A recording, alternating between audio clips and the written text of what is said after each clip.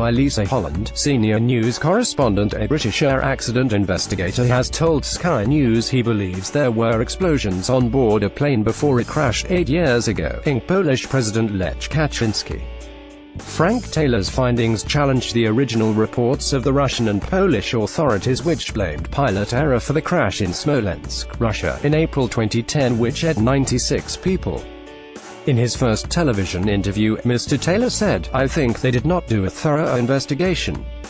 It seems to me they came to that conclusion early on and sought evidence to justify it." Russian investigators concluded that, in dreadful weather conditions, the pilot flew too low, hit a birch tree, searing the wing off.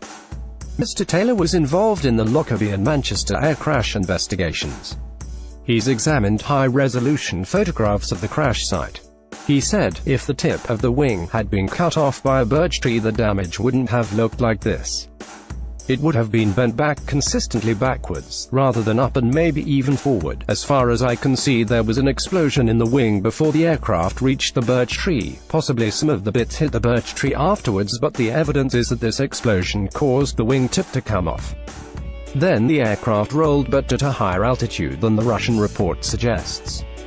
What I can say is there is no doubt there were explosions on board before the aircraft hit the ground." Mr. Taylor also says he believes damage to the left side cabin door is consistent with what he calls massive internal pressure. Relatives have long complained that Russia failed to protect the crash site. Russia has refused to return any wreckage of the full flight data recordings. Political activist Anna Walentynovich was on the plane. In Poland, her son says he was threatened with jail for speaking out after the wrong body was returned to him, and that no relative can be sure they have actually buried their loved ones.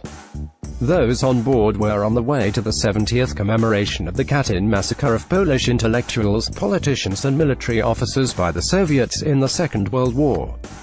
A member of the Federation of Katyn Families spoke to us on behalf of the Smolensk relatives but wanted to remain anonymous for security reasons.